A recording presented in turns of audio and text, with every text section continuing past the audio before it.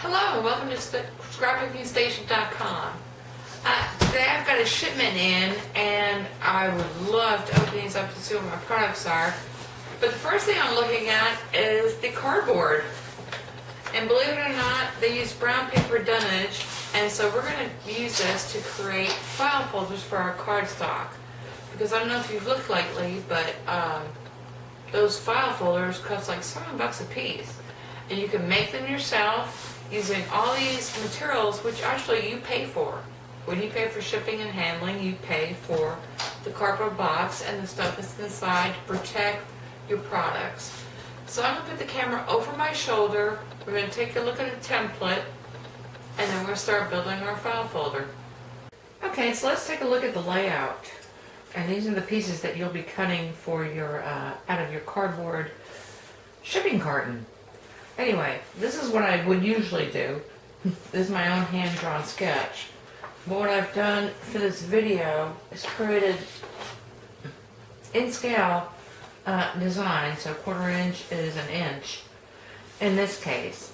Anyway, what you're going to want to create are 2 pieces. So I'm working with 12 by 12 cardstock, or at least those are my biggest pieces. I will insert 8.5 by 11. But anyway, what you've got is 2 pieces. One is one side with the spine of your folder, file folder, and then the other is the side with the front panel and the bottom panel. So that's the layout. I'm going to take a photograph of that and post it at the end of this segment so you can copy it down. And then the other thing I did, it's 2 3/4 measured here for the width of your file folder, and I'm going to use 3 inches just because it's easier to measure. So let's talk about the tools. Okay, the first most important thing is probably a straight edge. So you're going to need a straight edge, and depending on what you're working against, this will either have to have marks or be a T-square or whatever. I am working on this mat which already has the inches marked off, and that makes everything really cool. You can use a rotary cutter, and I love these, and it would work on cardboard if I didn't cut carpet with it. So my blade is dull, so I can't use that. You can also use a box cutter, but I would not do that on your mat. Do that outside or on a very hard surface which you don't mind scratching up. That works good too. And then, or scissors. And that's what I'm using to create this one. So I'm going to use some scissors. Of course, marking pen. I'm using this purple Sharpie. And then, if you cannot use the scores in your carton, something to score your folds. So I'm going to use this bone folder, and I've tested a couple things, and this works really good. Oh, and of course, you need something to bind it together. And this is packing tape, which I had left over from my move. So I'm going to use that, but you could use masking tape, anything that's got a little width to it. I mean, it probably doesn't need to be this wide, but anything like that. Anyway, so the first thing you want to do is you've got your shipping carton, and you just want to kind of flatten it out. Now, when I pulled this apart, of course with one piece, I cut it in half because I would need 2. And then the next thing you want to do is transfer the design. So let's take a look at this. And I kept it all together. I am actually going to very quickly cut through this piece.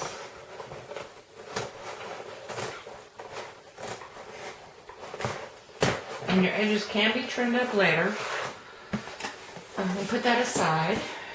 And so what I have here is the one side panel, and I'm not worried about these. If I want to reinforce them, I'll take some of this tape and run it, either side of this if I think it's getting too wobbly. But I think when you start putting this together, you're going to find that just because of the shape and the angles, they'll be fine.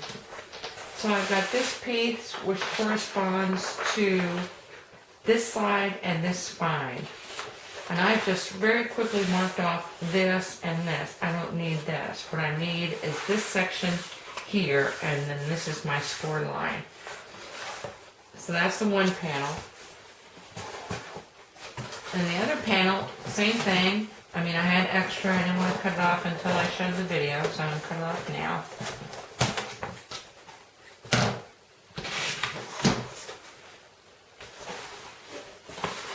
So here I have the other usable piece. And again, I've transferred this side of my file folder. And here you go there. So now I'm going to cut it. And actually, I'm going to, like I said, I'm going to use my scissors.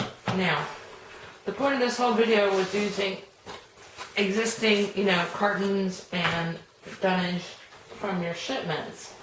But the other thing I did is I moved, and we use a lot of 14 by 14 boxes. And rather than have these score lines showing and having to score these fold lines, you can actually, with a 14 by 14 carton, create the two pieces. And now when you're done, this is what the one side's going to look like. And then this is what the other piece is going to look like. And you're going to see if I put those together, or when I put those together, I'm going to have this great file folder. Now we're going to cover this, and I'm going to use the dunnage, which is the shipping material. So I've got a bunch of that, and we'll come back after I cut that. The other thing I'm going to do is you want to resist the temptation to decorate, because you really want to secure these edges first with your masking tape or your packing tape, and you're going to want to cover that with your decoration. But I am going to edge the top edges using my masking tape while it's still flat. And we're going to take a look at that in a little bit. So let me get cutting and edging, and I'll be back.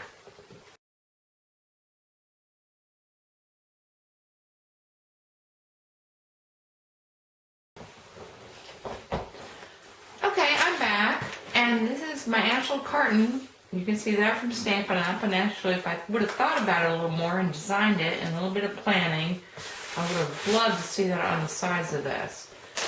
But anyway, I reinforced these existing score lines, or the carton lines, but you really don't need to, after I did all that.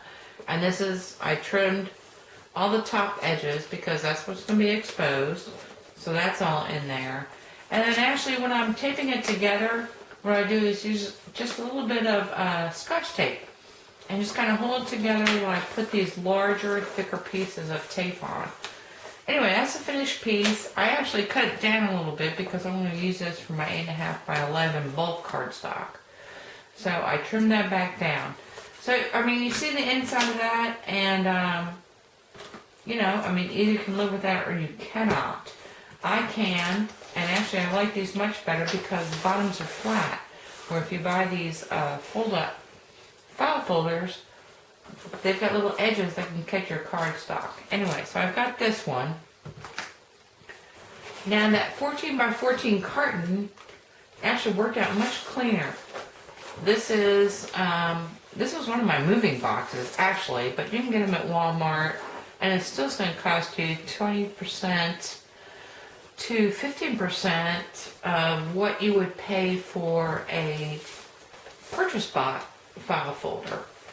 And I took a little photo because when you're working with this dunnage or this shipping paper, sometimes your edge punch has a problem getting through that. You can see here I've got another little goober. But anyway, so what I did was edge that with some just white printer paper so I can cut this scalloped edge on here. And I can continue to decorate this one, but this would be a great gift for somebody. If you know someone that's into scrapbooking or paper crafting, these would be wonderful. Anyway, I'm going to continue to embellish this, and I will show some photos at the end of the video. Oh, and the other thing I wanted to mention, when I was wrapping this, I chose not to glue and finish this off, and I cut Actually, it's pretty folded, but anyway, this is going to go on the back of this to try to cover all that Scotch tape.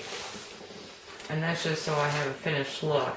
You have to remember that this side and really the back and this side, when you file them side by side, won't show. So your decoration is pretty much going to concentrate here if you're going to put this decoration on it. Anyway, I've got a file system for my cardstock, which I will spend just a little bit of time doing. You can read it also and create a tips and tricks article about my filing system. But if all you wanted to do is create these file folders, then I think you're ready to go. And like I said, you can decorate it with the dunnage that you receive in your shipments, or you can use your pattern papers and cardstocks and really do this up. Anyway, I think this would be a great gift. We're going to talk a little bit in the next section about separators for the cardstock. So anyway, if you stick around, wonderful. I'll be back in a little bit, and if not, thank you for watching.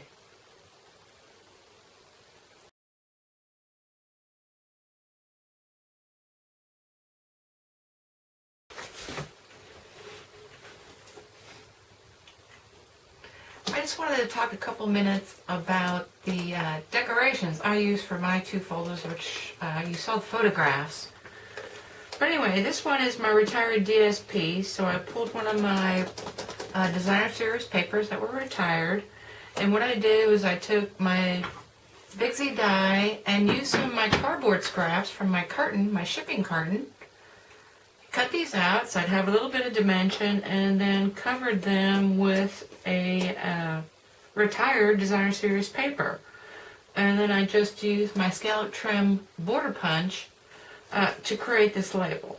So anyway, I think it's really cool, and we're going to talk about the filing system here in a second, but I did want to show you how this one turned out as well. So this is for my bulk cardstock, and I put some texture on this, and this is just a scrap piece of blue, which actually has nothing to do with what's inside. I did some die cut letters, posted those on there, and then I thought, well, neat, I used this Mosaic Madness folder, and I had the Mosaic punch. And so what I'm going to do is as I use each of these colors, I will go ahead and punch out one of these and have this on the outside. Anyway, just a couple of ideas, and of course you can put ribbons and everything else. Anyway, so that's it on the folder itself, and now we're going to talk about how to file the papers and the cardstock. So I'm going to put you over my shoulder so we can take a closer look at what's going on. Okay, the first thing we're going to look at is current designer series paper, and we're going to separate that out from the retired because there is a little bit of difference. Anyway, the first thing I want to do is grab a baggie, and I like ones that have the Ziploc edge, and actually a freezer bag is a little bit stiffer, which works well in your file folders. But anyway, what I want to do, so this is Epic This Day and That designer series paper. And the first thing you want to do when you get your pack is flip them, because each paper is double-sided, and you get 2 of each, and there's 6 in the pack. And the thing I want to mention is you get this 12 by 12, a little bit thicker than the paper, and it's actually a little bit thicker than cardstock, backing. So that's one to use for my separator. Now, in the past, I have purchased, and I'm going to pull these out, a couple different kinds of tabs. So I had this one, and you can substitute in there, and then I've got these that you just peel off. But in making this video, I mean, it's not even really necessary to do that. The great thing about the current designer series papers is that if you read the back, it tells you the colors that coordinate with these papers. And so the first thing I'm going to do is take a piece, and this is just a pad of this turquoise colored card paper, and I write down every coordinating color. And I'm going to show you why that's important in a little bit. So that's the first thing that goes into my baggie. The second thing I'm going to do is create a tab for my 12 by 12. Now I've got plenty of this remaining. I mean, this is great if you want to die cut. So if you don't have a lot of it, I mean, it's really nice weight on one side. Actually, this side you would not use unless you use this section. So anyway, this is going to be my separator, and that just saves you money. So I cut a tab, and this one I punched with my dog tag punch. But you could just as easily take just a rectangle, fold it over, and tape it onto the top of there. So I've just got some Scotch tape, or you can glue it. And I do tend to move these around a little bit because they sit in my file folder, which you'll see in a second. And I'm going to tape both sides. And now I have a separator. Oh, sorry. That's my dog. Anyway, you wouldn't want to do that. And then whether you put that in the front or put that in the back of your pattern paper, it's just how you maintain your folder.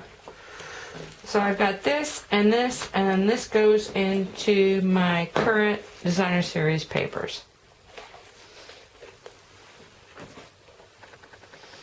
Okay, and what I'm going to show you now is this is a designer series paper from 2008, Western Sky DSP.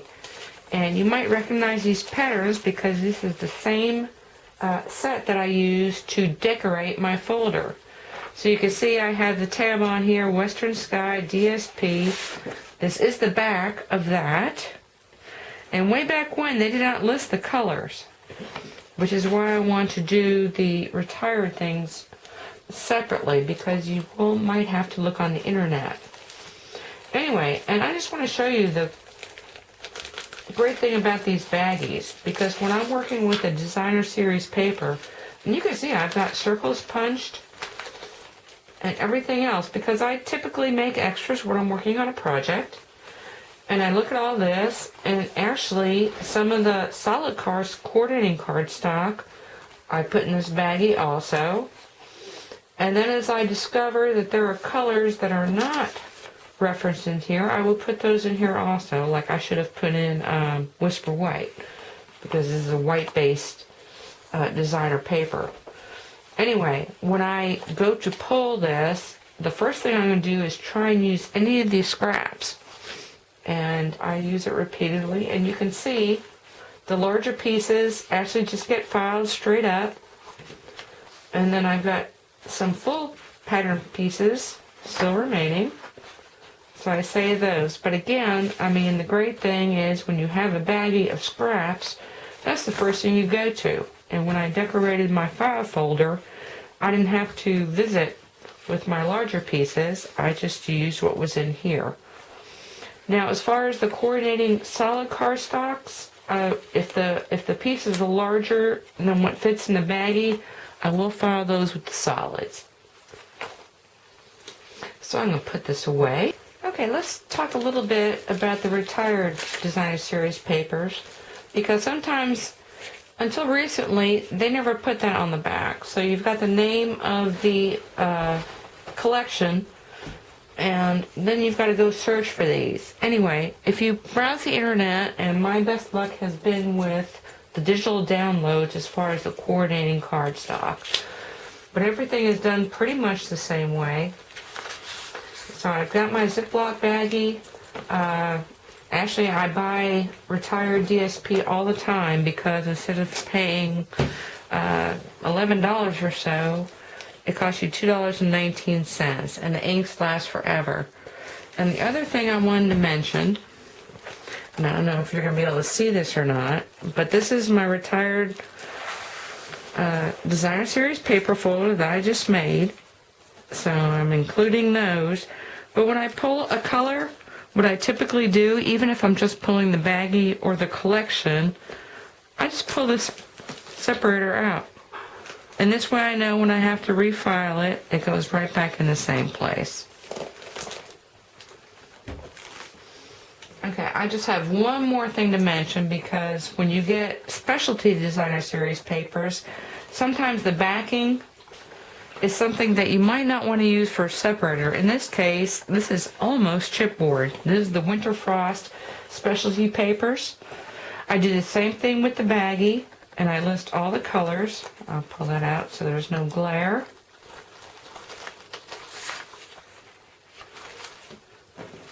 But in this case, I just pulled a scrap piece of 12 by 12, did the same thing as far as labeling it. And this I will stick, and this I will save. So this is great, like I said, almost chipboard that you can use with your Big Shot. Okay, and I'll file that away and put that in my current colors.